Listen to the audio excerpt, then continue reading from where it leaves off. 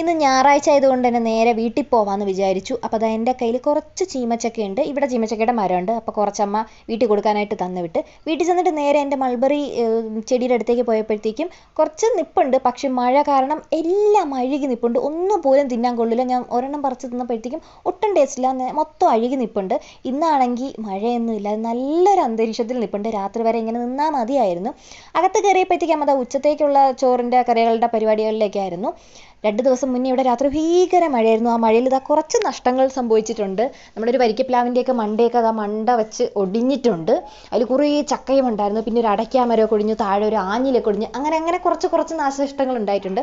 അപ്പോൾ ആ വരിക്ക ചക്കയിൽ ഇഷ്ടം പോലെ ചക്ക ഉണ്ടായിരുന്നു. കുറേയൊക്കെ ആൾക്കാർക്ക് കൊടുത്ത് കുറച്ചൊക്കെ നമ്മളും എടുത്തു. അതിൽ നിന്ന് ഒരു ചക്ക കൊണ്ടുവന്ന് വെട്ടിപ്പൊളിച്ചതാ ഞാൻ കഴിക്കണം. നല്ല അടിപൊളി വരിക്ക ചക്കപ്പഴമായിരുന്നു. അതേ കഴിഞ്ഞ് നേരെ അമ്മയുടെ പച്ചക്കറി തോട്ടത്തിലേക്ക് ഇറങ്ങി. അപ്പോൾ ചീരയൊക്കെ വിളവെടുക്കാറായിട്ട് അങ്ങനെ നിൽക്കുന്നുണ്ടായിരുന്നു. പിന്നെ ദാ ഈ ഒരു സാധനം, ഇവിടെ സായിപ്പ് നെല്ലിക്ക എന്ന് ഞാൻ പറയും, മുളക് നെല്ലിക്ക എന്നും ചിലരും പറയും. അതിനെയൊക്കെ അച്ഛൻ ഉപ്പിലിട്ട് വെച്ചിട്ടുണ്ടായിരുന്നു. അപ്പോൾ ഉപ്പും എരിയൊക്കെ പിടിച്ച് നല്ല അടിപൊളി ടേസ്റ്റിലുണ്ടായിരുന്നു. കഞ്ഞീരെ കൂടെ കുടിക്കാനായിട്ട് നല്ല സൂപ്പർ സാധനമായിരുന്നു. എല്ലാം കഴിഞ്ഞിട്ട് പിന്നെ നേരെ ഉച്ചത്തേക്ക് ചോറ് കഴിക്കാനായിട്ടൊക്കെ ഇരുന്ന്. അപ്പോൾ ഇന്നത്തെ വീഡിയോ അത്രയേ ഉള്ളൂ. അടുത്ത വീഡിയോ കാണാം. ടാറ്റാ.